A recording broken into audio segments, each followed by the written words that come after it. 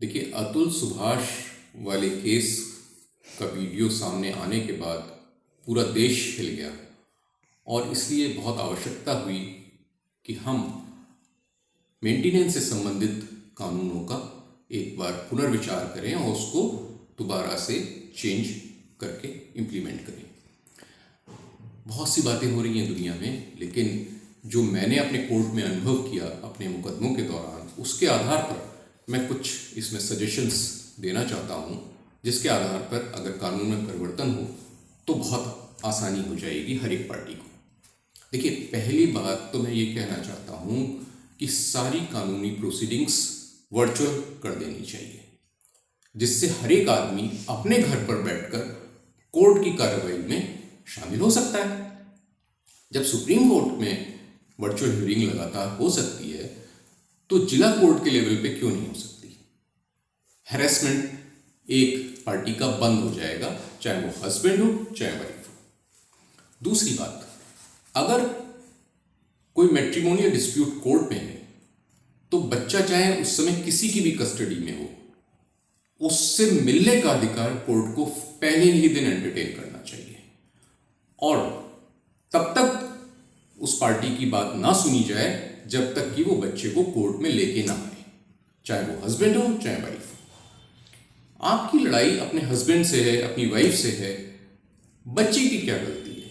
बच्चे को आप क्यों नहीं मिलने देंगे उसके सेकंड पेरेंट से? तो बच्चे को आपको लाना ही पड़ेगा, ये कंपलसरी कर दिया जाए। जहां पर दोनों पक्ष, पति और पत्नी, बहुत अच्छे तरीके से पैसे कमा रहे हैं, ये देखा गया है कि वहां पर दहेज की डिमांड नहीं होती है। ये फर्जी केसेस फाइल किए जाते हैं लड़की साइड से।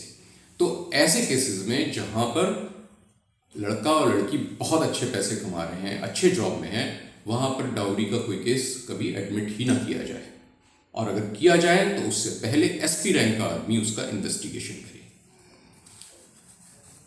पुलिस को ये डायरेक्शंस होने चाहिए कि अगर कोई एफआईआर दर्ज होती है डाउरी के संबंध में तो हस्बैंड का कोई हैरेसमेंट नहीं किया जाएगा, क्योंकि वो कोई क्रिमिनल नहीं है, उसने कोई रेप नहीं किया है, उसने कोई मर्डर नहीं किया है और वो भाग नहीं जाएगा ऐसे कहीं। उसको टाइम देना चाहिए और उसका रिप्लाई वगैरह लेके जो भी प्रॉपर रिपोर्ट है वो पुलिस अपनी फाइल करे। अगर कोई जज प्रिजुडाइज्ड है, चाहे हस्बैंड के प्रति चाहे वाइफ के प्रति, और उसके खिलाफ बहुत ही फ्रीक्वेंट ट्रांसफर एप्लीकेशंस आ रही हैं, तो ऐसे जज का तुरंत कॉग्निजेंस लेकर तुरंत ट्रांसफर करना चाहिए उस कोर्ट से, उसे तुरंत हटाना चाहिए। एक और बात मैं बहुत इंपॉर्टेंट कहना चाहूँगा कि ये जो हैरेसमेंट है वो इस वजह से होता है कि हमने फैमिली कोर्ट को डिस्ट्रिक्ट जज का दर्जा दिया हुआ है, इसलिए उसकी अपील हाई कोर्ट में फाइल होती है। और उत्तर प्रदेश जैसे जगह, स्टेट में हाई कोर्ट 1000 किलोमीटर 500 किलोमीटर दूर है। मेरा कहना यह है, मेरा सजेशन ये है कि इसके अपीलेट जुरिस्डिक्शन डिस्ट्रिक्ट जज को लोकल लेवल पर दी जानी चाहिए।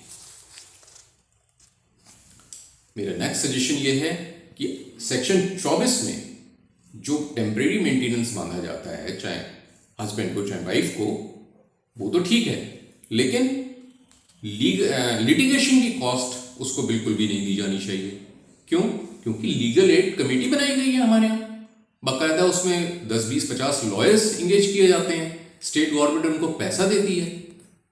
अगर वो अच्छा कॉम्पिटेंट वकील करने में असमर्थ है कोई लेडी, तो उसको लीगल एड कमेटी के माध्यम से लॉयर का एंगेजमेंट कराया जाना चाहिए, और ये बात कंपलसरी होनी चाहिए, अनिवार्य होनी चाहिए। कॉस्ट ऑफ लिटिगेशन बिल्कुल नहीं मिलनी चाहिए।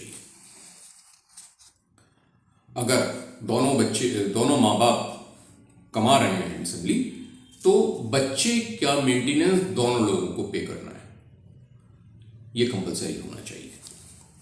हाँ, अगर मदर ये चूज करती है कि बच्चे की कस्टडी मैं लेना चाहती हूँ और वो इस बात के लिए एडमेंट होती है, तो ये जिम्मेदारी, उसके बच्चों को मेंटेनेंस देने की जिम्मेदारी मदर की ही होनी चाहिए। जो भी कस्टडी लेने के लिए एडमेंट होता है, जो भी कस्टडी लेने का केस वहां फाइल करता है, उसे ये अंडरटेकिंग देनी चाहिए कि मैं मेंटेनेंस दूसरे पक्ष से क्लेम नहीं करूंगा, नहीं करूंगी।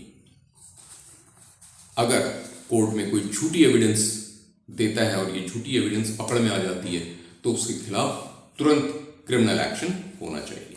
बात यह है कि हम कोई एक्शन नहीं लेते हैं, कोर्ट कोई एक्शन नहीं लेता है, तो लोगों को झूठ में बोलने की आज़ादी हो जाती है। इस आज़ादी को ख़त्म होना चाहिए।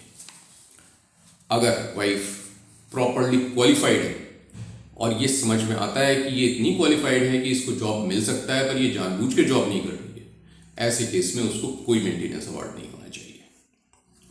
जब लड़का और लड़की आज की तारीख में इक्वल राइट्स क्लेम करते हैं तो फिर यहां पर अनइक्वल राइट्स की बात क्यों होती है? इक्वल राइट्स हर जगह होनी चाहिए।